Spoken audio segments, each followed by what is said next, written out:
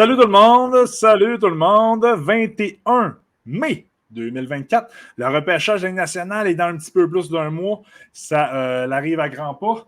Donc, que tu sois à Saginaw, à London, à Moose Jaw ou à Drummondville, on te salue et on te remercie d'être avec nous ce soir pour le 16e épisode du Street Scout Podcast. Comme à l'habitude, je suis avec ma tendre moitié, Alexandre Brabant. Comment vas-tu? Ça va, toi, mon chum? Ça va super bien. Content d'être de retour cette semaine. Yes. Après une petite semaine de congé la semaine dernière. Le repêchage arrive à grands pas. On est dans les visionnements par-dessus la tête. Je passe plus de temps dans les visionnements que dans ma job, que je travaille 40 heures par semaine. Puis dans tout ça, mais j'ai un enfant et j'ai une copine, bref. On est dans les visionnements par-dessus la tête. On a bien du fun. De ton côté, on veut monter, effectivement, on veut faire un top 32, mais on a aussi dans l'idée de faire un top 100. Comment ça va dans tes visionnements? Ça va pas assez vite, mais on va finir par l'avoir, je te dirais. Toi? Dis-nous une surprise là, dans ta liste. Là. Donne-nous un peu l'eau à la bouche là, dans tes visionnements. Là. T'es un gars classique. Là. Ouais, je suis un gars quand même assez classique, mais je te dirais qu'à date, le classique, j'ai pas Dickinson dans mon top 10, ça c'est sûr. Intéressant. J'ai pas Zane Parrish dans mon top 10, puis j'ai pas Berkeley Catton dans mon top 10. Ah, mais tu vois, c'est pas classique, ça. J'aime ça. Je sais que nous deux, on n'est pas surpris de voir de sortir des Dickinson et des Parrish de notre top 10 parce qu'on se parle souvent puis on en a parlé dans les derniers épisodes. Mais c'est quand même surprenant. Là. Il y a plusieurs experts qui mettent ces deux défenseurs-là dans leur top 10, voire même dans leur top 5. Berkeley Catton, c'est surprenant également. Moi, tu me poses pas la question? Oui, c'était la prochaine question que je m'allais poser. Toi, ta surprise. T'es surprise. Non, écoute. Moi, là, on s'est parlé un peu comment on faisait notre liste là, off-cam tantôt. Là, c'est vraiment intéressant comme pratique. Je dirais deux surprises, mais moi, j'ai Teddy Stiga. En ce moment, il est dans mon top 15. La liste n'est pas complète. Okay. En ce moment, il est dans mon top 15.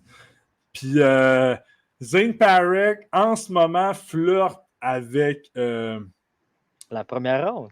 Ouais, mais flirte avec une disparition de ma première ronde. Et t'avais... OK, ouais. C'est pas juste une surprise, là, c'est un... en plus, ce qu'il faut ajouter, c'est que pendant mes visionnements, mais je suis à jeun quand même. Ouais, c'est ça, juste pour vous le dire. Mais c'est vraiment... Puis c'est pas parce que, c'est ça que je veux faire, c'est pas parce que je voulais sortir du lot, c'est vraiment de la façon qu'on construit nos listes. Ouais, c'est ça se peut que ça change, mais tu sais, comme je te dis, vu qu'ils sont déjà en dehors, ils vont juste pousser vers là. Ils peuvent pas réapparaître dans le top 10. Ah, c'est ça, ils peuvent pas monter, là, et ils peuvent juste descendre. Mais selon Memo, il dit que on le niaise de ne pas mettre Dickinson puis Parrish dans notre top 10, mais c'est ça. Je suis très à l'aise de dire que je ne les ai pas dans mon top 10. Let's go, Memo. Tu viendras nous autres dans le podcast, ça va nous faire plaisir de t'en jaser.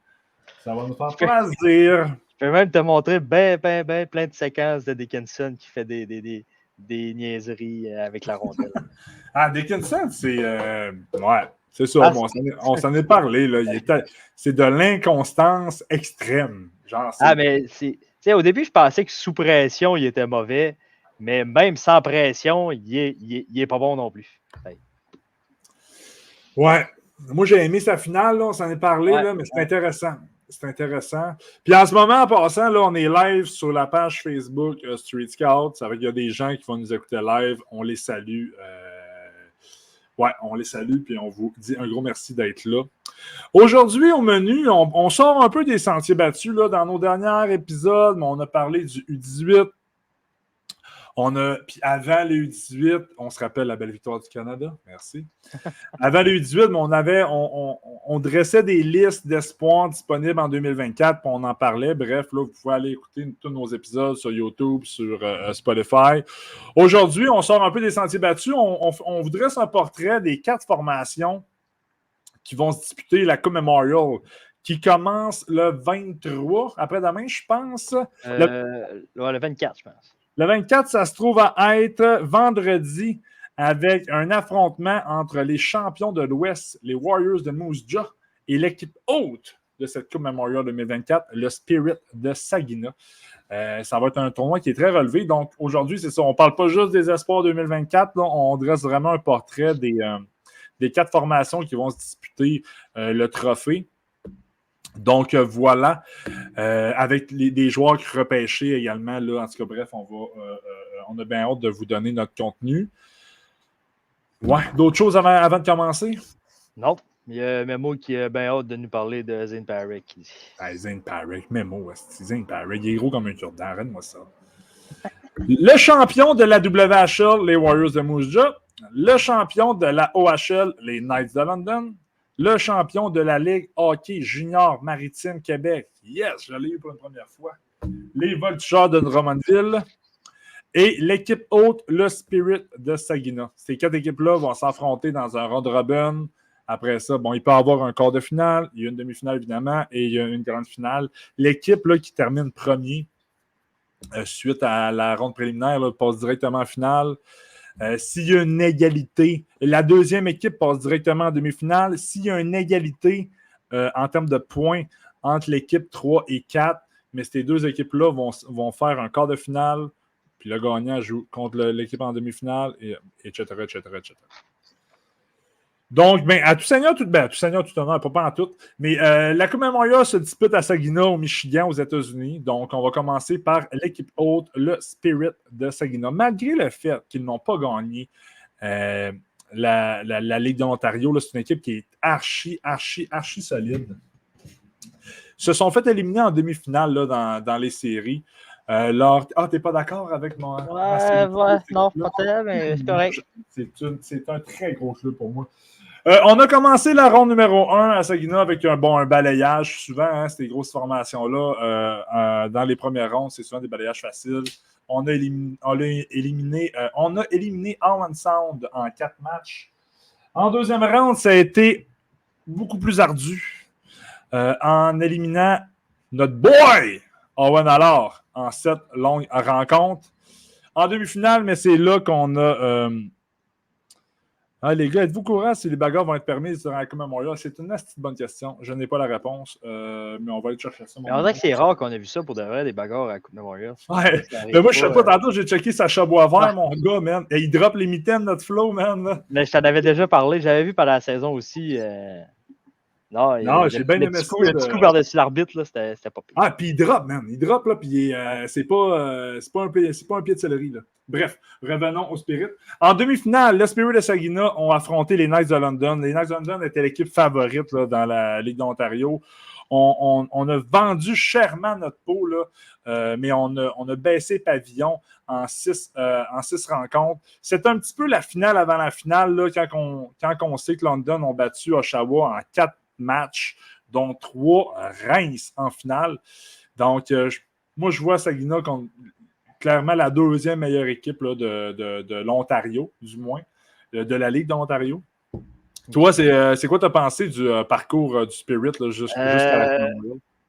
Je te dirais, moi, j'ai trouvé qu'ils n'ont pas eu un parcours tant facile à part la première ronde. Là. Je te dirais que Owenson n'a pas trop de l'air à savoir présenter, mais ils n'ont pas eu une saison à tout casser non plus en partant. Je te dirais que Sault Sainte-Marie, ils lui ont donné du fil à retour. Owen Allard n'a pas été terrible en playoff. Je te dirais qu'il y a eu beaucoup de misère, malheureusement pour nous. Mais c'est ça, ils ont affronté les Knights de London. Ça a été des matchs quand même relativement serrés, si je ne me trompe pas, contrairement à ce que les Knights de London ont traversé tout le monde. Ça a été serré. Jour 1 au dernier jour des playoffs. Là, tu voulais-tu continuer avec d'autres choses? Sinon, moi, j'ai un peu regardé les trios. On va en venir au trio. Okay. On va en venir. Avant de parler là, des statistiques individuelles, des trios, là, je voulais juste qu'on... souvent, les équipes, quand ils vont à la Coupe Memorial, puis souvent, quand tu es l'équipe haute, donc tu sais d'entrée de jeu que tu vas jouer la Coupe Memorial, mais dans les transactions, tu vas vraiment être acheteur. Puis le Spirit là, n'a pas fait exception à cette règle-là. Là, pendant la saison, on a mis la main là, sur 3 éléments extrêmement importants de leur noyau là, en fin de saison et pour les séries et la Coupe Memorial. En début de saison, on a fait l'acquisition de Rodwin Dioniccio. Ça, là, ce joueur-là, il est un petit peu méconnu. Là. Bon, pour les gens qui tripent sur le championnat mondial de hockey junior, c'était le défenseur numéro 1 de la Suisse. C'est un choix de 5e ronde l'année passée par les Ducks d'Anaheim. Un choix assez lointain. Mais cette année, là, il a vraiment fait écarquiller bien des yeux. Donc, lui, c'est une acquisition qui a été faite en début de saison. Puis vers en 2024, là, après le championnat junior, on a fait l'acquisition de Jorian Donovan, un défenseur que je n'aime pas super beaucoup, mais force est d'admettre que c'est un excellent défenseur défensif. Et pour les partisans du Canadien de Montréal, mais on a fait l'acquisition d'Owen Beck, là, que je ne suis pas un fan non plus. Là. Il a une bonne saison, par exemple. Il y a une bonne saison, mais c'est parce que je pense juste que les partisans du Canadien ont trop des gros hype de malades sur leur espoir. Là. Owen Beck, là, si ça devient un centre de 3e trio, là, ça va être bon. Là. Moi, Owen Beck, je le vois peut-être comme un Jake Evans en meilleur, là, mais il n'y a pas un talent offensif là, exceptionnel. Puis, c'est juste pour votre information, là, Jorian Donovan, le défenseur, a été échangé contre 8 choix au repêchage. 8 choix au repêchage. Bref, on a vraiment tout donné là, pour la Coupe Memorial à Saginaw. C'est arrivé là, à quelques reprises là, que l'équipe haute, sans remporter, ça arrivait quand même assez souvent, je n'ai pas le nom, là, mais sans remporter leur championnat, ont remporté la Coupe Memorial. Voyez-vous Beck à Montréal l'année prochaine? Non, il va y avoir un stage en ligne américaine là, pour ma part. Mais ça fait... Comme avant que tu parles de ça, moi, j'avais mis un peu dans mes notes là, l'effet du repos pour l'équipe qui n'a pas gagné son championnat. Là. Ça arrive souvent que, je te dirais qu'en général, avec les 4 matchs que chaque équipe a eu en finale, le repos a été quand même assez court et assez long pour eux autres aussi, en fait. Là. Mais ça aurait été des 7 matchs en finale, ça aurait été différent pour la Coupe Memorial. Là. Mais ils ont tous les championnats, tous les champions ont traversé leurs équipes respectives. Non, 100%. 100%. Caroline, je pensais que j'avais le record dans ma tête, là, mais je pense qu'il y a une année, il y a une équipe, là, je pense que c'est genre 35 jours sans jouer. Je ne veux pas dire de menterie en ce moment, je n'ai pas l'information exacte. Là. Non, c'est genre en première ronde. Ouais. Puis ils ont genre plus qu'une trentaine de jours. Je pense que c'était plus qu'un mois. Puis que l'équipe avait remporté la Coupe Memorial. Là. Mais bon, je suis fragile là, avec mon commentaire là, parce que j'ai pas. Mais je me rappelle que les Cataractes de Shawinigan, il y a une année. Ah, ben check, Memo vient de le sortir. Shawinigan contre les Sags. Ouais, mais je pense que ça, c'était en 2e ronde. C'est ça que j'allais dire. Il y avait Brendan Gormley à défense. Il y avait Morgan Ellis. Il y avait Anton Zlobin. Je ne sais pas si vous vous rappelez de ces noms-là. Là, on s'en va dans le passé. Là. Mais ça se peut. Mais dans ma mémoire, c'est en 2e ronde, mais ça se peut que ça soit en première ronde. Gormley, c'est pas dans le temps de Bournival. Ça fait de même, ça? Bournival était un peu plus jeune. Est-ce que Bournival était là? Je ne me souviens pas. Mais ouais, Gormley était à Moncton, il est allé chercher au deadline. Il y avait même congédié le coach, mais ça, dernièrement, c'est arrivé, là, quand que. Puis on en a parlé au dernier podcast, puis on va en reparler. Dernièrement, quand la Coupe Memorial était à Saint-John, les Sea-Dogs ils sont fait éliminer très tôt, 1e ou 2e ronde, je ne me souviens plus. Leur coach était Gordy Dwyer, l'ancien Duracue de la Ligue nationale. On le congédie. C'est qui qu'on amène pour la Coupe Memorial? Gardiner McDougall, mon chum. Et c'est quoi? Le coach qui ne sait pas perdre. Bon, mais il a gagné la Coupe Memorial, le tabarouette. On revient à notre sujet du Spirit de Saginaw. Donc, les possibilités que Saginaw remporte la Coupe Memorial sont là. Est-ce que tu veux nous parler des attaquants que tu as noté à surveiller dans cette équipe-là pour la Coupe Memorial? Tu veux qu'on y aille de cette façon-là? On peut y aller de cette façon-là, oui. Je te dirais que sans On nommera les trios après un peu ou. Ouais, moi, les trios, je les ai pas. Là. J'ai les joueurs à surveiller.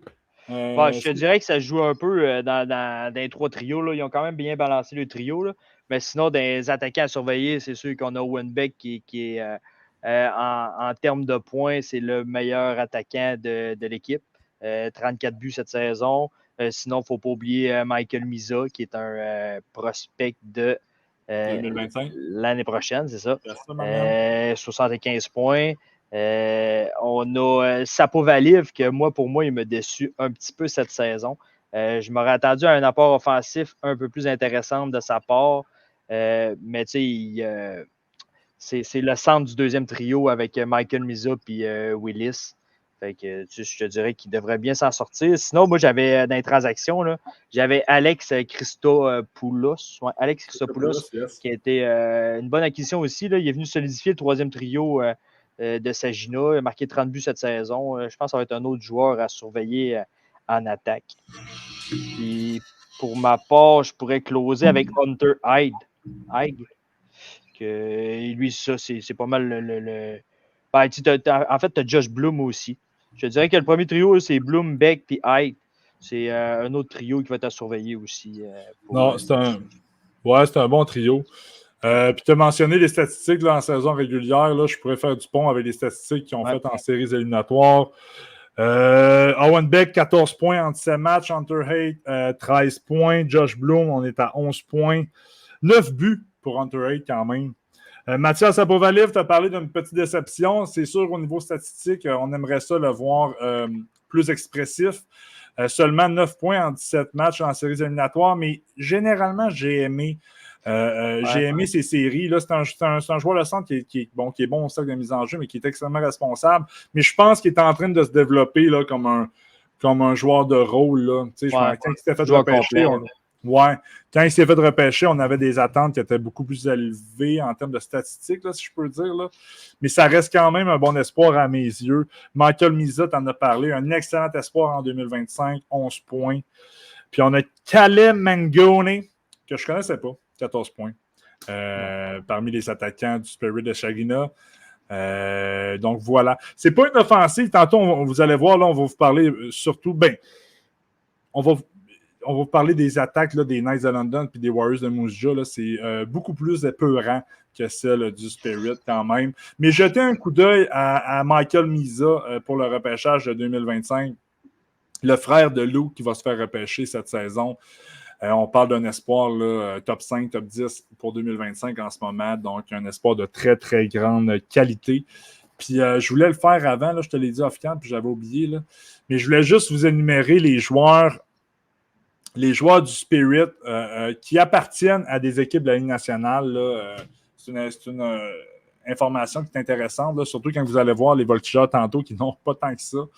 Rodwin Dioniccio, défenseur qui appartient aux Ducks d'Anaheim. Bon, Owen Beck, on le sait, avec les Canadiens. Hunter Hayes avec le Wild du Minnesota. Tu as parlé de Joseph Willis tantôt, un espoir des Prédateurs de Nashville. Josh Bloom, Vancouver qui l'ont échappé hier contre Edmonton. Mathias Sapovaliv, Vegas. Jordan Donovan, Ottawa. Puis on a un espoir qui a amassé un joueur de centre qui a amassé 1 point en 17 rencontres en série. Ethan Hay, qui est quand même un espoir des Lightning de Tampa Bay. Quel choix de Julien Brisebois. Quel choix de Julien Brisebois. Pour ça qu'il a changé ça de ses pics à cette heure, il ne veut plus drafter. Ouais, c'est ça. Ouais, c'est vrai. C'est calisse, hein, pas petit. C'est comme c'est rare que tu vois ça, le pire pointeur de son équipe en séries éliminatoires qui appartient à une équipe de la Ligue nationale, qui est un attaquant. Puis, mec, je te dis, avec qui joue, tu vas te demander pourquoi il n'a pas fait de points de même. Il ne joue même pas sa 4e. Là. Il joue avec Mangone et Christopoulos. Oh, mais c'est quand même des. Là, Ethan Hayes, je ne le connais pas super, mais c'est quand même. Tu t'es dit les trios tantôt, c'est quand même des trios qui sont intéressants. Il n'y a pas vraiment de superstar en même temps, là, en ce moment, là, mais c'est quand même des trios qui sont intéressants. Même côté défensif, si tu vas voir, c'est quand même. C'est bien balancé aussi. Là. Ouais. Moi, j'ai sorti, puis tu pourras nous parler des défenseurs plus en profondeur, là, mais j'ai sorti 3 défenseurs à surveiller. Moi, j'aime la brigade défensive du Spirit. Là. Je vous ai parlé de Rodwin Dioniccio. Là. Pour moi, c'est le meilleur joueur de cette équipe-là en ce moment. 17 points en 17 matchs en séries éliminatoires. C'est un gros défenseur. Il doit être 6 pieds 3, 6 pieds 4. Il doit être 212, 215 livres. Il patine bien. Pas le plus rapide, mais il patine bien. Il est gros, il est fort physiquement. Bon en protection de rondelles, il a un lancer dévastateur. Un défenseur qui a un caractère bouillant, par exemple, là, Ouais, mais c'est un. Puis il a signé son dit. contrat avec les Ducks là, dans les derniers jours. Là, je pense là, 3-4 Ouais. jours, j'ai vu passer ça. Donc, Rodwin Dioniccio, bon, on va attendre avant de l'affirmer haut et fort, là, mais ça semble être un potentiel vol là, en 5e ronde l'année dernière par les Ducks. On a l'acquisition de Jordan Donovan, gros défenseur défensif, qui jouait avec Team Canada Junior à la dernière période des fêtes. Je l'avais vraiment pas aimé là, dans le tournoi, mais connaît des séries respectables, 9 points en 17 matchs. Là. C'est vraiment un gros défenseur qui excelle en désavantage numérique. Puis effectivement, mais on a un espoir là, de 2024. Le préféré de Street Scout, le petit défenseur Zane Parek. Zane Parek qui n'a pas joué tous les matchs en séries éliminatoires, avait l'air à traîner une blessure, revenait au jeu, partait, jouer 13 matchs. Bon, il en a raté juste 4, mais espérons pour lui qu'il est en santé parce que sa Coupe Memorial, pour un espoir de 2024, là, beaucoup de dépisteurs vont être là. Bref, là, c'est vraiment une belle vitrine. Zane Parek qui a amassé 11 points en 13 matchs, 2 buts, 9 passes en séries éliminatoires. Bon, je t'avoue sourire, qu'est-ce qu'il dit, Memo, là? Il dit il va être reposé pour la Coupe Memorial. Let's go. Bon, mais Memo va être l'invité du Street Scout Podcast quand on va faire un recap de la Coupe Memorial. Là. Il va venir défendre son point avec nous autres. Mais voilà, c'est quand même. Puis même si Parek, c'est pas un espoir que j'ai. En haute estime, mais. En haute estime, mais mettons pas en haute estime. Tu sais, je vois quand même que c'est un espoir de première ronde. Là. Je sais plus, il va virer où. Là. Mais c'est quand même un joueur de qualité. Là. Bref, le Big Tree qui forme avec Donovan et Dionicho, je trouve ça archi solide. Toi, de ton côté, la brigade défensive du Spirit. Ben, c'est ça, comme je te disais, tu as parlé des 3 défenseurs que tu as nommés, ben, les 3 ne jouent pas sur les mêmes paires. Ils sont séparés les 3, c'est Donovan avec Haché, c'est la première, Forgione avec Parek, puis Dionicho avec Bishop. Ils ont vraiment séparé le. Je te dis, Haché avec Donovan, c'est une grosse brigade défensive forte. Non, mais c'est ça, c'est vraiment complet comme défensive, autant défensif qu'offensif. On va se dire, Dionicho, il t'apporte un peu des deux. Tu as parlé de son caractère bouillant. Il a quand même pogné 100 minutes de pune en 44 matchs, puis 26 en 17 en playoff. Fait que ça, moi, il va falloir qu'il se contrôle un petit peu. Mais non, c'est vraiment intéressant comme brigade défensive. Pour de vrai, je la trouve vraiment bien balancée. Mais c'est quoi? Non, ça, c'est pour le piqué. Ça, je les mettrai dans les stats tantôt un peu qu'on parlera. Là. Mais non, c'est vraiment intéressant comme défensive. J'ai bien hâte de voir ça. Ouais, c'est vrai, puis j'aurais pu en parler d'Haché parce que c'est un défenseur que j'aimais bien quand je regardais le Spirit. Là. Ouais, c'est une belle brigade. Ouais. Dans les filets, là, bon, ça, on n'en parlera pas de long et en large. Là. Mais 2 Cerbères de 19 ans. Nolan Lalonde qui part avec une longueur d'avance là, sur son substitut qui est Andrew Oak. J'avais quand même observé que Oak a eu des bien meilleurs chiffres que Lalonde là, en séries éliminatoires. Là. Donc, en tout cas, Lalonde devrait commencer comme gardien numéro 1 du Spirit. Donc, on a une équipe qui est relativement très complète. Va-t-elle être capable de chauffer les champions des 3 ligues? Bon, on va faire nos prédictions là, en fin de podcast. T'avais-tu quelque chose à rajouter sur Spirit? Tantôt, tu parlais... Ben, moi, je m'avais mis des petites notes. Maintenant, comme je te disais, là, Sagina, ce que j'avais remarqué, c'est qu'il y avait le pire PP puis le pire piqué de toutes les 4 équipes qui sont à Coupe Memorial. Pourquoi ils ont le PP? Parce que c'est qui le défenseur qui est sur leur PP? C'est Zane Parek. Mais c'est ça, c'est un PP de 16% puis un piqué de 77%, ce qui est relativement très bas, je te dirais en général. Après ça, c'est quoi j'avais marqué? Moi, j'avais dit que je trouvais qu'il manquait un peu de profondeur en attaque, contrairement aux autres équipes qui était présente à la Coupe Memorial.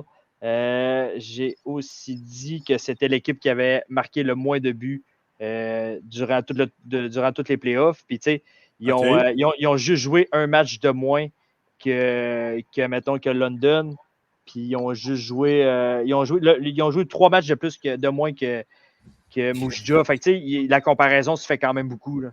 Fait que, c'était quasiment un pourcentage de 1 côté but accordé, but marqué. C'est quasiment kiff-kiff. Fait qu'il va falloir qu'ils produisent un peu plus d'attaques s'ils veulent pouvoir battre les gros canons. Saginaw qui va commencer, bien évidemment, c'est l'équipe haute. Hein? Ils vont ouvrir le tournoi vendredi contre les champions de l'Ouest, Moose Jaw. Dimanche, on a un duel Saginaw-Drummondville et le 29 mai, on va clore la ronde préliminaire avec un duel de titans entre le Spirit de Saginaw et les Knights de London. Ça va être du très, très, très, très gros hockey. Ça va être très excitant. On passe tout aux champions de l'Ouest? Aux champions de l'Ouest, let's go. Let's fucking go. Les Knights de London. Les champions de la OHL. C'est quoi j'ai dit? L'Ouest. Je pensais que tu en allais avec Moose Jaw, mais c'est correct. Non, on va y aller à l'Ouest. Ben, dans le fond, je te disais que c'était à l'Ouest du Québec. Ah, ok, c'est bien parfait. C'est bien repris. Les Knights de London. Non, je voulais parler des Knights en deuxième. Désolé de mon erreur. Gros club. Les Knights qui ont complètement traversé leurs séries éliminatoires. Ronde 1, balayage en 4 matchs contre Flint. Ronde 2, balayage de 4 matchs contre Philippe Mézard et les Rangers de Kitchener. Ronde 3, on en a parlé tantôt, une victoire en 6 rencontres contre Saginaw. Et en finale, contre les Generals d'Oshawa, sans Beckett Seneca, hein, il faut le dire, mais un balayage facile en 4 matchs. Puis le match numéro 1, là, victoire de 8-1. Match numéro 2, victoire de 9-1.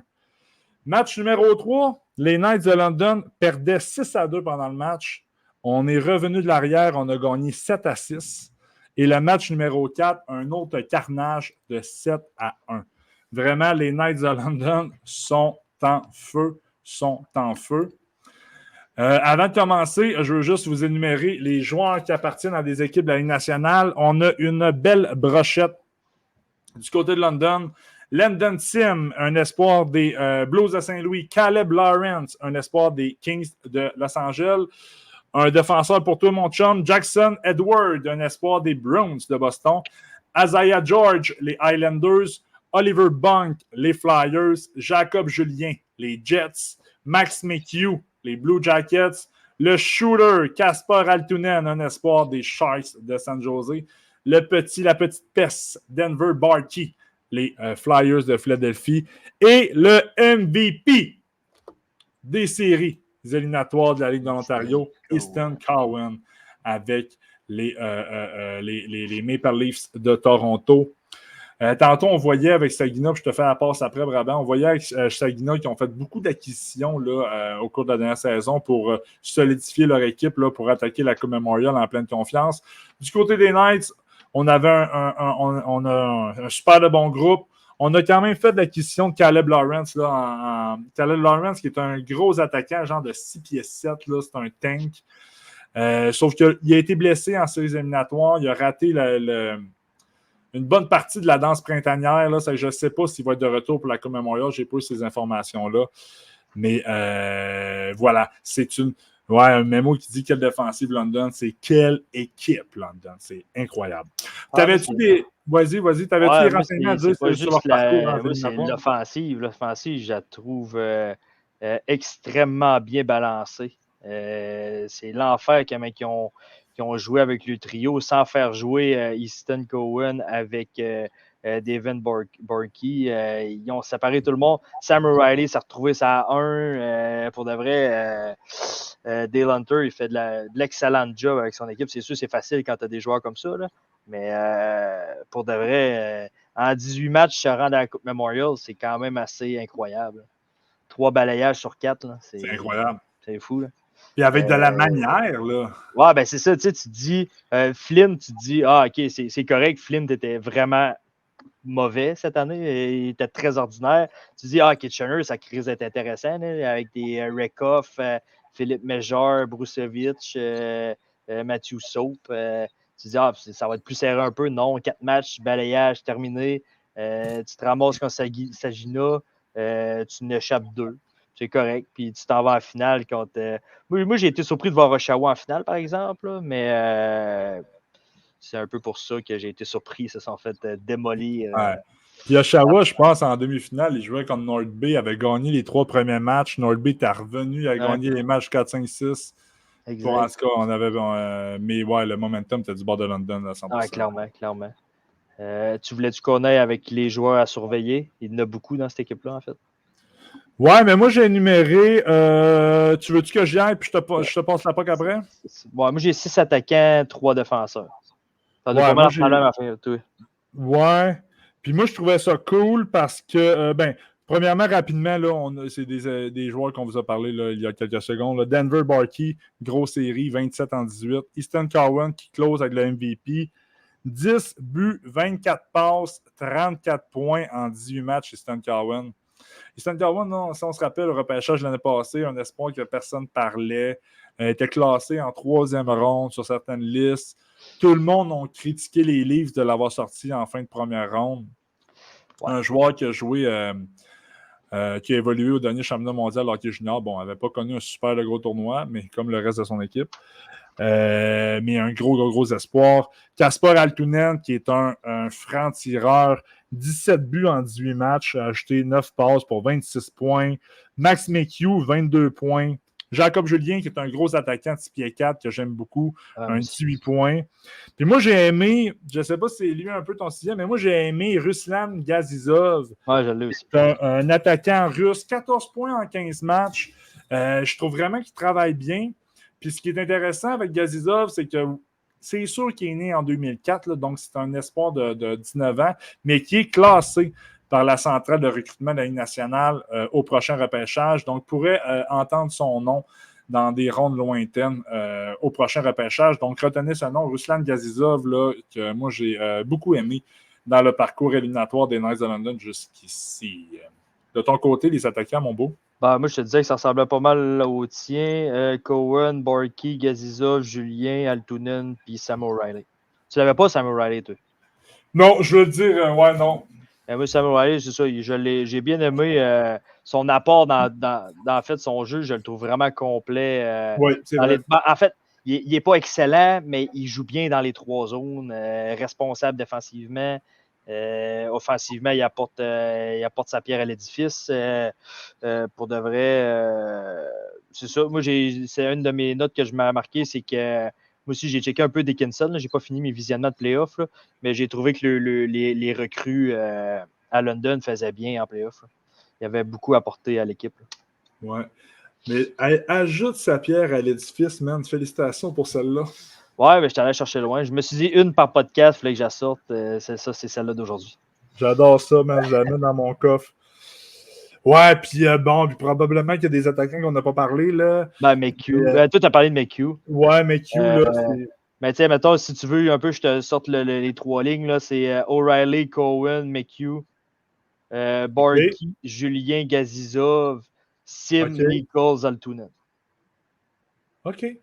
C'est ça, je te dis, c'est quand même balancé. Quand tu mets Altunen, c'est la 3e. J'imagine que c'est Dissego, il a fait le 3/4 sur le PP, par exemple. Là, ouais, c'est sûr qu'il y a du premier PP, le beau Altunen. Exact. Mais effectivement, c'est vraiment un joueur qui va s'illustrer sur l'avantage numérique. À 55, des fois, c'est un peu difficile là, du côté de son éthique de travail. Ouais. Mais intéressant. Intéressant. Ouais. Avec les défenseurs. Ouais, c'est ça, j'allais dire. Hein. Là, on a dit beaucoup de bons attaquants, mais il y a également beaucoup de bons défenseurs. Bon, il y en a un qu'on aime peut-être un petit peu moins que les autres. Là. Mais Oliver Bunk, hein, qui est un défenseur de 18 ans, repêché par les Flyers, qui a joué également au dernier championnat mondial hockey junior. C'est un défenseur qui a eu une excellente fin de saison. Poursuivi en séries éliminatoires, a marqué 7 buts, 16 points en 18 matchs.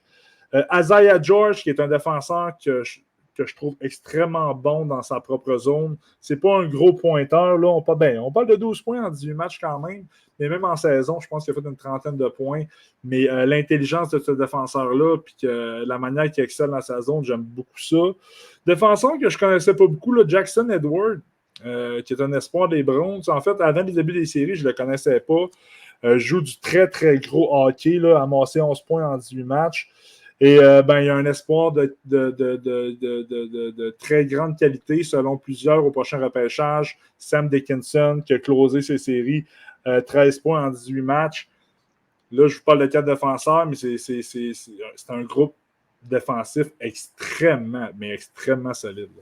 Oui, mais je suis entièrement d'accord avec ce que tu dis.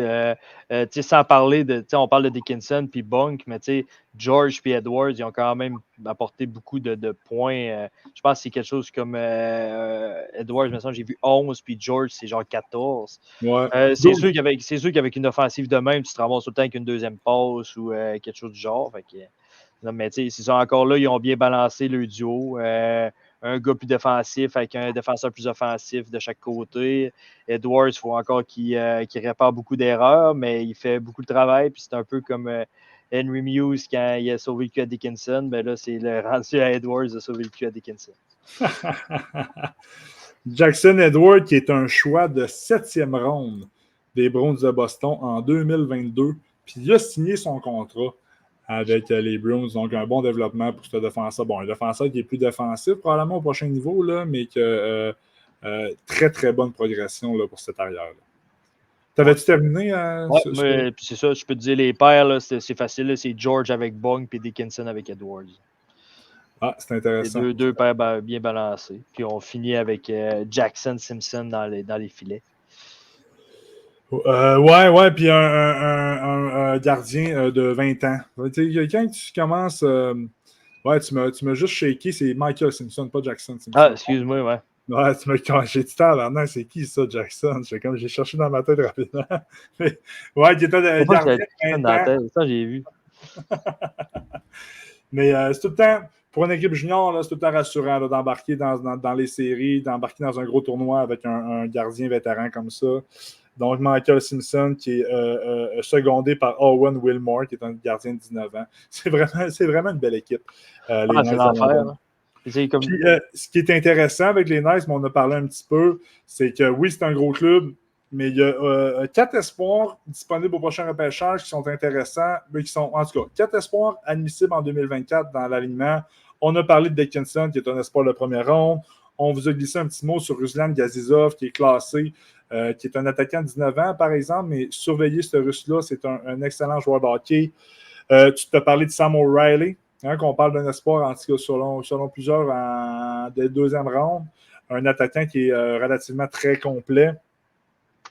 Puis il y a un défenseur qui s'appelle Jared Ruley, qui est un grand défenseur. C'est sûr que là, il est derrière là, le groupe de 4, là, donc il n'y a pas beaucoup de temps de jeu. Mais c'est ça, il n'y aura pas beaucoup de temps de jeu à Coupe Memorial non plus. Mais on le sait que les équipes de Ligue nationale aiment ça, les gros défenseurs là, massifs. Donc, Jared Ruley va probablement attendre son nom là, au prochain repêchage. Donc, 4 espoirs à surveiller chez les Knights de London. Yes, je m'avais mis une couple de faits à noter. Là. Let's go, man. On parle de Easton Cohen qui est fini meilleur pointeur de la OHL en playoff. Altunen, meilleur buteur de la OHL en playoff. J'ai remarqué 3 trios bien balancés. Simpson qui a gardé le filet quand même assez raisonnable comme statistique. Les recrues qui ont bien fait durant les playoffs. Que les Knights, c'était une des seules équipes à la Coupe Memorial qui n'avait pas fait beaucoup de transactions durant leur saison. C'est quand même assez remarquable que tu te rends jusque-là avec l'équipe d'origine quasiment. C'est l'équipe qui avait le meilleur PP, le plus de buts marqués en playoff, mais c'est l'équipe la plus punie et de loin. Là, ils ont quelque chose comme 250 minutes de pénalité en 18 games en playoff. Je pense que ça a dégénéré un peu à 2 reprises contre Oshawa. Là. Je pense que c'est là que ça a comme éclaté un peu. Là. Mais c'est des gars comme Sim, je pense, qui est genre une trentaine de minutes de pune en playoff. Okay. Fait que c'est peut-être quelque chose qu'ils devront éviter, mais je ne suis pas trop inquiet parce que ils ont le deuxième meilleur piqué à la Coupe Memorial. Ça devrait bien se Mais quand tu as un coach comme Dale Hunter, là, c'est sûr que le hockey Radus, c'est comme un peu plus bouillant. Là. C'est encouragé. C'est clair. Est-ce que c'est complet pour les Knights de London? Yes, c'est terminé. Poursuivons avec les champions des Maritimes. Étienne est tout mêlé dans sa carte. Il est tout mêlé. On s'en va au nord. On s'en va au nord. Les Panthers, non, c'est pas. Les champions de l'Ouest, les Warriors de Moose Jaw. Les grands champions là, de la Ligue de l'Ouest. Petit survol du parcours éliminatoire des Warriors. Évidemment, on commence avec un balayage 4-0 contre Brandon. En deuxième ronde, moi, ce résultat-là me surpris. Là. On parle d'une victoire en 5 petites rencontres contre Swift Current. Je trouvais Swift Current, j'aimais, il est allé chercher Corner Geeky. J'aimais beaucoup son duo avec Clark Caswell, là, qui est un espoir admissible au prochain repêchage. Puis Swift Current avait commencé en remportant le match numéro 1 avec, de mémoire, c'était, je dois dire 7-2, là, mais je peux me tromper. Mais tac, après la suite, les Warriors sont revenus en gagnant les 4 matchs suivants. Une victoire en 5 longues rencontres. En 5 longues rencontres, en 5 matchs aussi. La ronde 3, ça a été 7 longues rencontres. Ouais, celle-là a été difficile à écrire. Saskatoon. Puis je ne sais pas, je vais aller voir rapidement, mais je pense que Saskatoon menait 3-2. Mais je vois. Ouais, Saskatoon menait 3-2. 3-2. Ouais, Saskatoon menait 3-2. Puis Moose Jaw ont remporté le match 6 et le match 7 en prolongation. Fait que ça aurait pu virer d'un bord comme de l'autre, mais une grosse victoire qui leur a donné du momentum en finale, là, en balayant Portland. J'ai été grandement surpris là, de ce balayage-là, 4-0 contre les Winterhawks en grande finale. Ça leur a donné l'étiquette là, pour aller à la Coupe Memorial. T'avais-tu des informations à donner sur leur parcours éliminatoire? Moi, je trouve qu'en général, jusqu'à temps qu'ils pognent Saskatoon, ça avait quand même été relativement facile. Moi aussi, j'ai été surpris qu'ils passent Swift Current demain. Tu sais, des Philmont, des Oren Pickering, des. Ouais, c'est vrai. Vidson, c'est ça? HVID, là. Ouais, c'est ça. Je trouvais quand même qu'il y avait une équipe quand même assez complète, sans avoir des grosses têtes, là, mais j'aurais pensé qu'il aurait donné plus de fil à retour que ça. Sinon, la finale, moi, j'ai été surpris de voir Portland en finale, en fait. Là. C'est plus ça qui est arrivé. Là. Puis, c'est comme le Saskatoon, c'est comme la finale avant. Ils ont comme. Si Saskatoon rentre en finale, Saskatoon gagnait aussi. Là. Fait que je pense que la finale, elle s'est jouée là, en fait. Là. Ouais, t'as peut-être raison là-dessus. Moi, je suis d'accord. Dans l'alignement des Warriors de Moose Jaw, qui appartiennent à des équipes de la Ligue nationale, mais on a le défenseur tchèque Wojtek Port, un espoir des Ducks d'Anaheim. L'autre arrière, Callum Parker, un espoir du Wild du Minnesota. L'attaquant tchèque de 20 ans, Martin Rizavi, qui est un espoir des Blue Jackets de Columbus.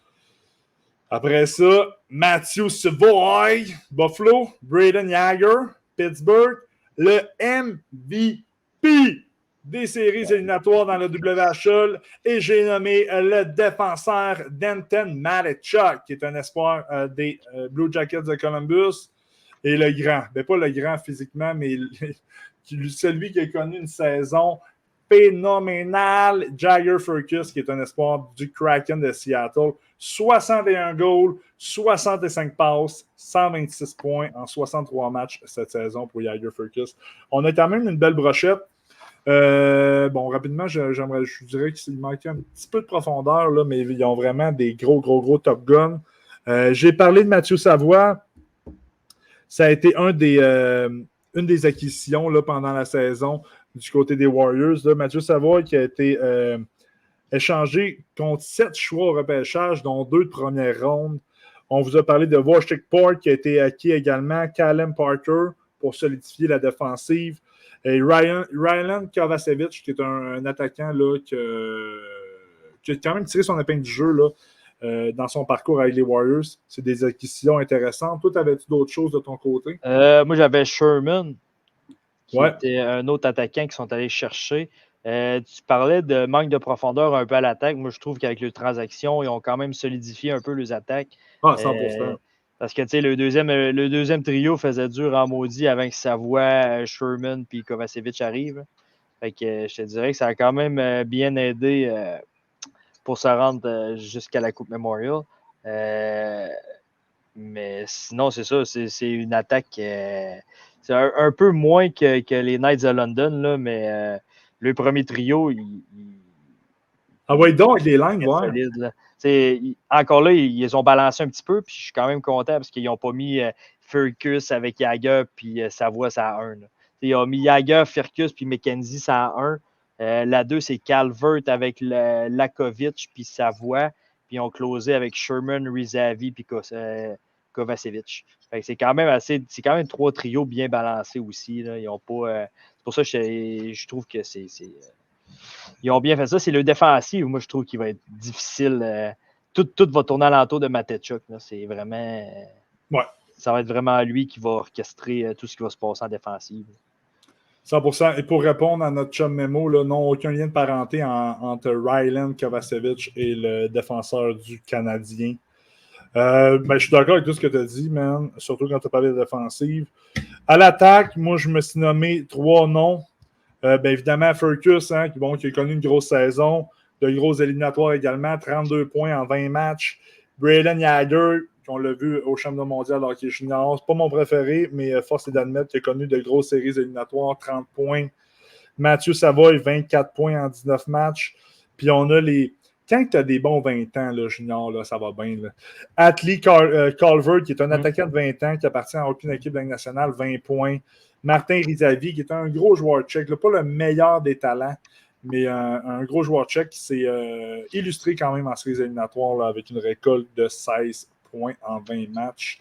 De ton côté, toi? C'est pas mal les 4. En fait, Firkus, Calvert, Jagger, Savoie, Rizavi, c'est pas mal tout ce que j'avais aussi. Ouais. Et en défensive, j'avais que Dayton Matechuk. Ouais, moi j'ai beaucoup aimé Denton Malachuk, c'est ça, tu l'as dit, tout tourne autour de lui. Tout tournait autour de lui également, là, au dernier championnat mondial hockey junior. J'ai quand même encore des doutes là, sur sa progression dans la nationale. Les petits défenseurs comme ça, man, j'ai tout le temps des questionnements, mais force est d'admettre que sa carrière junior est un franc succès. Ouais. 30 points en 20 matchs là, en séries éliminatoires. Moi, j'ai beaucoup aimé le jeu, j'ai aimé le jeu de Callum Parker, là.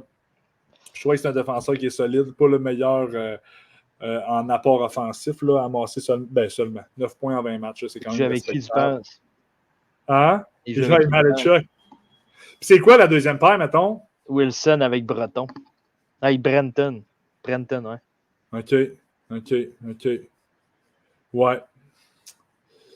C'est pas pour rien que le Canada a eu ce tournoi-là quand Malachuk est tombé à défenseur. Parle-moi pas du Canada, man. Ça m'a coûté cher pour aller les voir perdre encore de finale.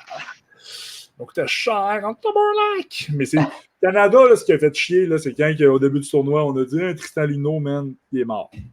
Ça, là, c'était le début de la fin pour leur espoir de médaille d'or. Devant le filet, on a un gardien que je connais peu, mais qui connaît de bonnes séries éliminatoires. Jackson Unger, qui est un gardien qui est classé pour le prochain repêchage. Un gardien de 18 ans. Petit fait intéressant. Le gardien substitut des Warriors de Moose Jaw s'appelle Dimitri Fortin. Il vient de Québec. Aucune calice d'idée comment il a fait pour se rendre là-bas. Mais c'est ça. Dimitri Fortin, un petit gars de Québec qui est le gardien substitut des Warriors de Moose Jaw. Voilà. Parmi les espoirs admissibles au prochain repêchage dans cette formation, on a Jackson Unger qui est classé 27e parmi les gardiens nord-américains. Bon, ça veut dire ce que ça veut dire, mais on va jeter un petit coup d'œil à lui.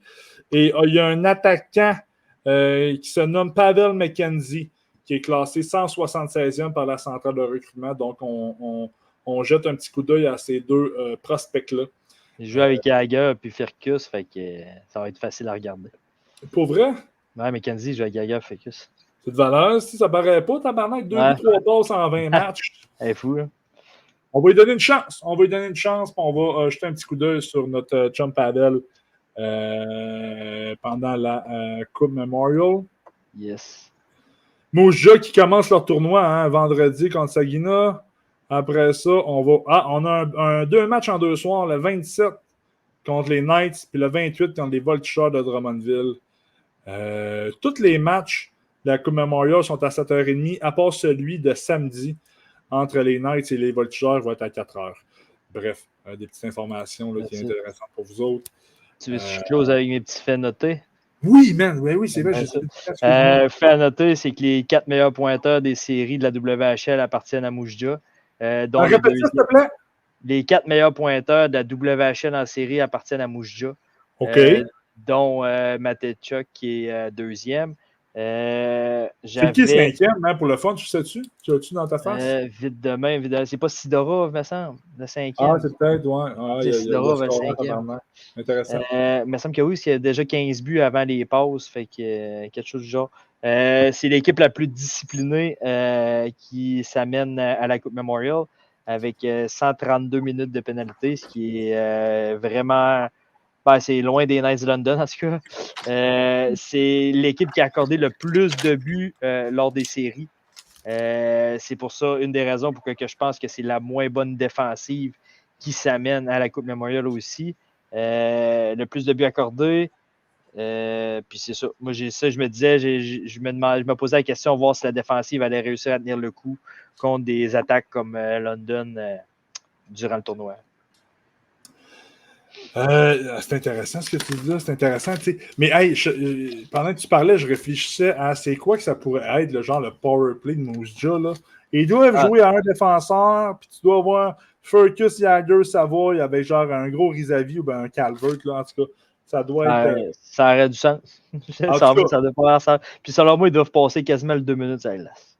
Ouais. En tout cas, selon moi, Pavel McKenzie n'est pas sur le PP. Selon moi aussi. On est content de donner cette tribune à un espoir 176e parmi les patineurs nord-américains. On lui souhaite de se faire repêcher, notre chum McKenzie. Yes, sir. On est-tu prêt pour la dernière formation? Yes, on close avec... Les champions de la Ligue de hockey junior maritime Québec, les Voltigeurs de Drummondville. J'ai été surpris de voir Drummondville l'emporter contre... Ouais, je vais le dire. J'ai été surpris de voir Drummondville. Tu as regardé le premier match, puis tu savais que c'est eux autres qui allaient gagner. Ah, ben, c'est dévolé. Là. Ça n'a pas fini genre 6-0 le premier match. C'est 5-0. Après ça, le deuxième match a été un 1-0, genre en overtime. Ouais. Après ça, une autre volée, me semble. Ouais, mais après ça, c'est terminé. Ça n'a pas été serré par tout. C'est complètement fou. Là. Un peu, je t'avais dit un peu c'était quoi mon top 4 qui allait aller à la Coupe Memorial. Là, puis moi, c'était clairement le Dracor qui s'en allait à la Coupe Memorial. Ouais, moi, j'avais les Sags. Non, c'est pas vrai. Mais toi, je pense que t'avais pas de Drummondville, toi, justement? Ouais. Mais ça, t'avais mis Drummondville devant. Non, mais ça se peut. Je sais que j'avais Prince-Georges dans l'Ouest. Moi, j'étais sûr que Prince-Georges. Moi, dans l'Ouest, j'avais Moujja. Non, j'avais pas Drummond, mais j'avais London. Je suis sûr que t'avais Drummond, mais. Ouais, c'est vrai, j'avais Drummond. Ouais. Oui. Mais je suis pas sûr que t'avais Drummond. Moi, j'avais pas London, mais j'avais Sudbury. Hey, notre chum Fred nous dit, bien, je vais pas mettre son commentaire. Le 5e pointeur, c'est Danielson. Avec 24, Sidorov, 6e, 23. C'est cool, ça. J'aime ça, la façon ça rentre demain. Ouais. Hey, merci, frère, pour l'information. Super cool. Donc, ouais, voilà. Voltigeurs de Drummondville, avant de commencer, moins de joueurs qui appartiennent à des équipes de la Ligue nationale là, dans leur line-up. En fait, il y en a 4.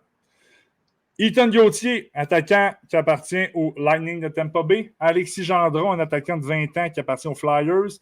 Zvevolod Komarov, le MVP des playoffs, qui appartient au Sabre de Buffalo. Un autre défenseur, Michael Diot, qui appartient au Devils du New Jersey. Ce qui n'a pas fait mal aux Voltigeurs, mais je pense que ce qui va faire mal à m'amener, je pense que ça va finir par faire mal aux Voltigeurs, c'est l'absence de Maverick Lamoureux, qui est un espoir des Coyotes de l'Arizona. qui est un longiligne défenseur qui a joué avec le Canada dans les championnats mondiaux hockey junior. Mononucléose, pas joué une game en playoff, saison terminée, ne seront pas de la Coupe Memorial. Ça fait mal. Ouais, voilà. Ça va être une grosse absence. Puis ouais, je vois le commentaire à Memo. C'était fou à quel point que les voltigeurs jouaient. Sylvain Favreau, là, c'est un magicien. C'est un magicien, Sylvain Favreau, le coach des voltigeurs. Là. Mais c'était complètement fou. Là. C'était fou raide. J'ai jamais vu le Dracard. Sans mots, là, t'as des gars comme Raoul Boilard qui ne sont pas présentés des playoffs au grand Raoul Boilard, là, moi, demande-moi pas si c'est mon préféré. Hein. Ben non, c'est ça, mais tu sais, il y avait quand même une attaque à tout casser. Là. C'était Justin Poirier était frustré. Des Fenenko. Isaac Duport n'a rien fait.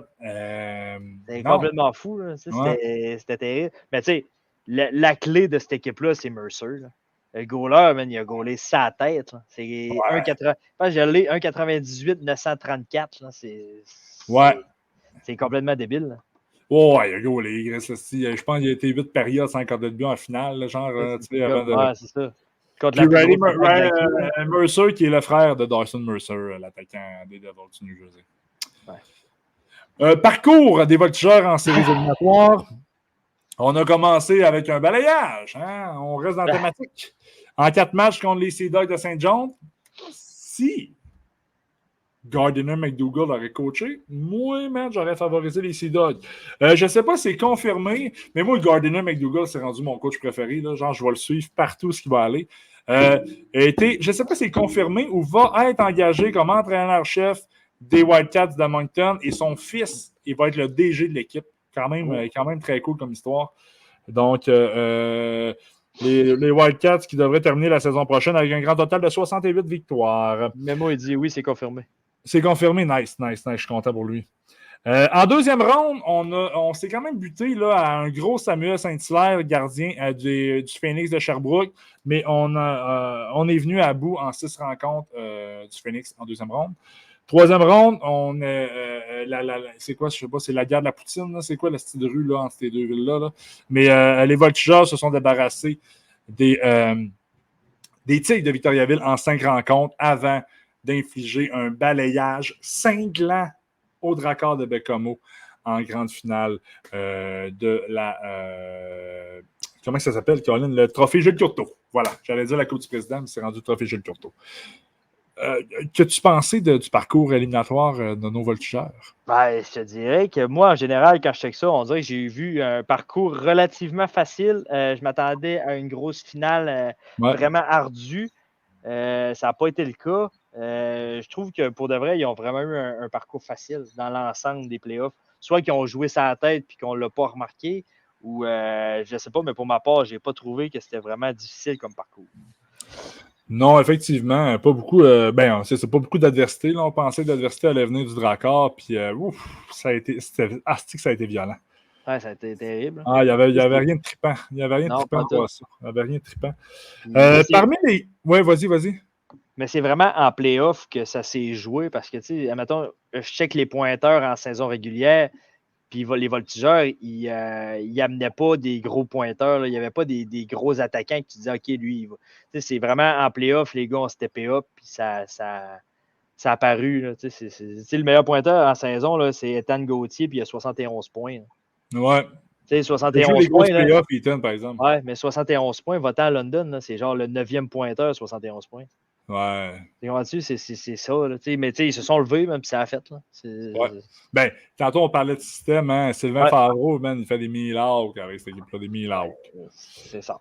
Parmi les grosses transactions qui ont été effectuées au cours de la dernière saison du côté des voltigeurs pour faire la plus longue ronde possible en série et la Coupe Memorial, on est allé chercher Alexis Gendron, qui est un attaquant qui a commencé l'année dans la Ligue américaine de mémoire là, avec le club école des Flyers, avant d'être retourné junior, un joueur de l'Armada de Blainville. Bref, les voltigeurs sont allés chercher en retour de choix au repêchage, dont un choix de première ronde.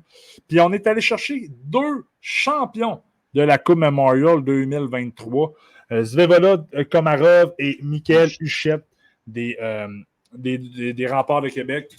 Bon, il y a un retour de plein de choix repêchage, là, des petits joueurs jeunes, mais ça a été vraiment 3 acquisitions là, très importantes des voltigeurs. T'avais-tu d'autres choses, toi? Non, c'est pas mal les mêmes que j'avais. Ouais, je Là, pense que c'est des ça. plus petites acquisitions, j'avais Reinhardt et Godette qui se sont joints. Là. C'est Intéressant. vraiment c'est des gars de troisième trio. Là. C'est à ce que je peux voir. Ouais. Parmi les attaquants surveillés, on est, c'est moins non sexy, genre qu'à London ou qu'à Moose Jaw, là. Ouais, clairement. Mais ça reste que c'est des bons joueurs de hockey quand même. Là. Sont là pareil. Ils sont là pareil. Ethan Gauthier, moi, j'ai capoté. Je sais pas, quand il s'est fait repêcher, l'année de son repêchage, en fait, c'était pas un espoir que j'avais en très, très haute estime. Je trouvais qu'il manquait une petite étincelle. J'essaie de chercher sa qualité qui allait m'attirer vers lui. Pas un mauvais joueur de hockey, par exemple, mais il a vraiment joué des grosses playoffs. Pour de vrai, moi, j'étais sûr que ça allait être lui le MVP, là, mais des grosses séries pour Ethan. 14 buts, 11 passes, 25 points en 19 matchs. Il a vraiment été une bougie d'allumage dans la finale comme notre record. Là. Le capitaine Luke Woodward, 24 points en 19 matchs. Michael Huchette, 20 points. 20 ans, Huchette. Gendron, un autre 20 ans, qui a 19 points en 15 matchs. Sam Oliver, 17 en 19. Puis j'ai aussi noté Peter Repsik, qui est un attaquant slovaque de 19 ans, 16 points en 18 matchs. Mais c'est un attaquant qui est classé au prochain repêchage par la centrale de recrutement de la Ligue nationale au 191e rang. Parmi les patineurs nord-américains. Donc, on jette un petit coup d'œil à Peter Repsik, qui est un. J'allais dire, je l'aime beaucoup. Là. J'ai aimé ces séries. Là, et, je trouvais qu'il fabriquait quand même bien des jeux, des occasions de marquer. Donc, je vais avoir un petit coup d'œil sur lui pour le prochain repêchage dans une ronde lointaine, peut-être. De ton côté, l'offensive des voltigeurs? J'avais toutes les mêmes que toi, puis j'avais Justin Côté de plus sur ma liste à surveiller. Puis un peu comme Memo, il vient de parler, là, l'homme des grandes occasions, il avait marqué 5 buts en finale des Jeux du Québec contre notre Saguenay natal. C'est ça. Intéressant. Mais moi, c'est pour ça que je ne l'ai pas nommé, parce qu'ils ont battu Saguenay. Mais en fait, le Saguenay, je m'en calisse. C'est un autre temps qu'ils ne battent pas le lac. Ouais, c'est ça. Oh, j'espère qu'il n'y a pas de monde du Saguenay qui nous écoute. Je m'excuse. Memo. Ouais. Puis toi, non, mais toi, tu viens. T'es un gars du lac, toi. Yes. Ben, en fait, t'es un gars de la Côte-Nord. En tout cas, là. T'es un gars de Montréal. Ah, c'est vrai. Ah, moi aussi, je suis né à Montréal, dans le fond. C'est pour ça mon accent, là, un petit accent montréalais que j'ai. Non, c'est pas vrai, Ben oui, je suis né à Montréal, mais en tout cas, whatever. Les défenseurs à surveiller, moi, je n'ai sorti 2. J'ai adoré le travail de Svevolod Komarov. Là, depuis son acquisition des Voltigeurs cette année, Non, vas-y. Sûrement, ils jouent ensemble, les deux, en fait. Ouais, puis l'autre, c'est Idiot. Ah non, mais c'était Baudry. Ah, intéressant, mais j'ai hâte que tu m'en parles. Mais Komarov, 15 points en 19 matchs, un gros défenseur. Hey, il a pris de la place contre Decomo. Il a vraiment été puissant. Un choix de 5e ronde, assez lointain par les Sabres de Buffalo. Là. Sa progression est fulgurante. J'adore ce défenseur-là, j'adore. Il manque peut-être un petit peu de vitesse, là, mais il va travailler ça là, pour atteindre le prochain niveau. Svevolod Komarov, un nom à surveiller. Puis j'avais Michael Diot, l'arrière de 20 ans, qui a amassé 10 points en 19 matchs, mais j'ai vraiment aimé son leadership dans son jeu. Un arrière très fiable. Qui a neutralisé là, beaucoup d'offensives, surtout du Drakkar. Le Drakkar, j'ai tout écouté. J'allais dire, j'ai tout écouté les matchs. J'ai juste écouté 4. Donc voilà. Moi, j'avais Diot puis Komarov. Là, je trouvais que c'était un beau un duo très intimidant pour l'adversaire. Toi, t'avais qui d'autre? Moi, j'avais Baudry. Mais toi, t'as vu Diot jouer avec Komarov? Non, pas nécessairement. Okay, pas nécessairement. Okay. Parce que moi, le duo que j'ai, c'était vraiment Baudry avec Komarov. Puis je trouvais que c'était vraiment une belle paire qui se complétait très bien. Là. Baudry, extrêmement défensif. Là. En fait, c'est un défenseur défensif, là, clairement. J'ai vraiment aimé son jeu dans sa zone. Là. Je trouvais vraiment qu'il gardait ça simple. Puis il se compliquait pas vraiment. Il se compliquait pas vraiment la tête à sortir la rondelle. C'était Komarov qui s'occupait du reste, en fait. T'as-tu, man, les chiffres powerplay de Drummondville? Il me semble dans ma tête, est-ce qu'ils ont scoré en PP en finale, mais c'est peut-être juste. J'ai le pourcentage total, mais j'ai pas. Les séries? J'ai des séries. C'est Ils quoi? sont Hein? à 26,5. Là. C'est eux autres Quand qui. même. C'est la deuxième meilleure offensive. Ah ouais, c'est une en fois sur PP. 4, man. C'est bon. Ouais. Mais c'est eux autres qui ont la meilleure défensive. Ils ont accordé le moins de buts des playoffs, puis le meilleur piqué. Ouais, mais tu en as parlé tantôt, Riley Mercer, qui a été un mur de briques. Assez surpris de le voir. Assez surpris de ne pas le voir classé par la centrale de recrutement là, au prochain repêchage. Bon, il peut-être ça va allumer pourrait se faire repêcher quand même. Là. Mais Asti qui a été fort contre Bécamo, c'est l'enfer. Quelques espoirs lointains 2024 là, chez le Dracor. On a parlé de Peter Repsick tantôt. Simon-Pierre Brunet, qui est un défenseur défensif, qui est classé 185e. Et Maxime Lafont, 162e, qui est un attaquant. Je pense que je les ai vus jouer en finale. Là, peu de temps de glace. Là, mais on va jeter un petit coup d'œil supplémentaire dans le tournoi de la Coupe Memorial. Donc, voilà. T'avais-tu des choses à rajouter, ces voltigeurs? Non, je te dirais que les faits à noter, là, je les ai pas mal dit. Là, c'était aucun top pointeur dans l'équipe. L'équipe qui a accordé le moins de buts dans des équipes en Coupe Memorial, le meilleur piqué, puis Mercer qui était la pierre angulaire de cette équipe. Ah, 100%. Il aurait pu être le MVP aussi. Là. On dirait que je ne veux pas enlever le mérite à Komarov. J'ai adoré ce défenseur-là. Là. Mais Gauthier, Komarov, Mercer là, auraient très bien pu remporter là, la palme. Entièrement d'accord avec toi. On termine ça avec nos prédictions. Parce que Memo, il dit, moi, je suis d'accord aussi que c'est peut-être le meilleur gardien qui s'amène à la Coupe Memorial. Ouais, je suis d'accord. Moi aussi. Je suis d'accord. Il va avoir de la rondelle pas mal, par exemple, mais je suis d'accord. Je suis bien d'accord avec ça aussi. Nos prédictions de la Coupe Memorial? Ouais, la prédiction Coupe Memorial. Ouais, OK, vas-y. Hey. Les champions, moi, je dis que c'est London. Même si... Ouais, London. Ils vont gagner en finale contre Moujja. Sagina, y a-t-il une médaille? Y a-t-il une troisième position? Non. Non? En tout cas, la quatrième équipe, selon moi, ça va être les Voltigeurs. Puis la troisième, ça va être Sagina. Ouais, moi, là, la prédiction, après la ronde préliminaire, Saginaw vont être premiers, London va être deuxième, puis il va y avoir une égalité en troisième position entre Drummond et Moose Jaw. Ça va faire en sorte que Moose Jaw et Drummond vont se pogner dans un quart de finale. Là, je suis embêté à savoir qui va gagner. Je suis embêté. Les Voltigeurs vont battre Moose Jaw en quart de finale. Vont aller pogner London en demi-finale. London vont battre Drummond. London vont jouer en finale et London vont battre Saginaw pour remporter la palme.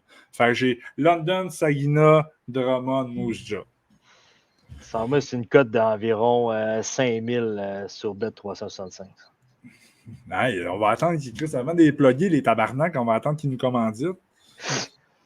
Bet365, faites de Street Scout, obtenez un 100% de votre mise. En tout cas, voilà. Moujja va se faire brasser physiquement par les autres équipes.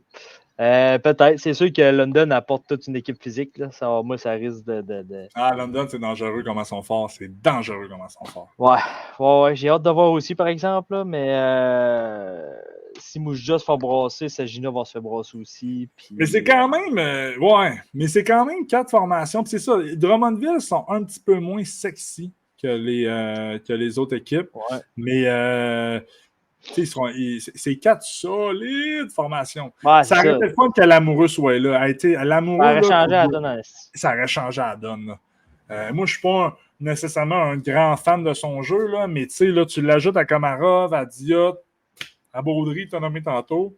Ouais. Ça commence à être... il dit j'aime quand même les chances de Drummond. Il joue d'un gros système hermétique. Ouais. Je suis entièrement d'accord. C'est vrai que le système est parfait. Là, c'est... ils ont la grosse attaque du Dracor, tout simplement. Ah, c'était malade. S'ils sont capables de faire la même chose avec celle de London, là, chapeau. Ah, c'était malade. C'était fou. Chapeau. C'était fou. Fait que voilà pour l'édition du 21 mai 2024. Là, on garde la case horaire du mardi là, vers 8h30, 9h. On va faire un épisode là, toutes les semaines. On a du contenu à vous donner aussi cet été. On vous prépare un gros show pour le repêchage. On vous prépare un top 100, notre Harford List. Mais si jamais vous avez des sujets que vous voulez qu'on jase, que vous voulez avoir des informations supplémentaires, let's fucking go dans les commentaires. Envoyez-nous un message, n'importe quoi. On veut juste vous offrir du contenu là, qui est le plus intéressant possible. Puis bientôt, là, pour Memo, là, on va parler de John Mustard. Là. Je suis rendu à lui là, pour closer là, mes évaluations bientôt. Là. Donc, je sais qu'il l'aimait bien gros.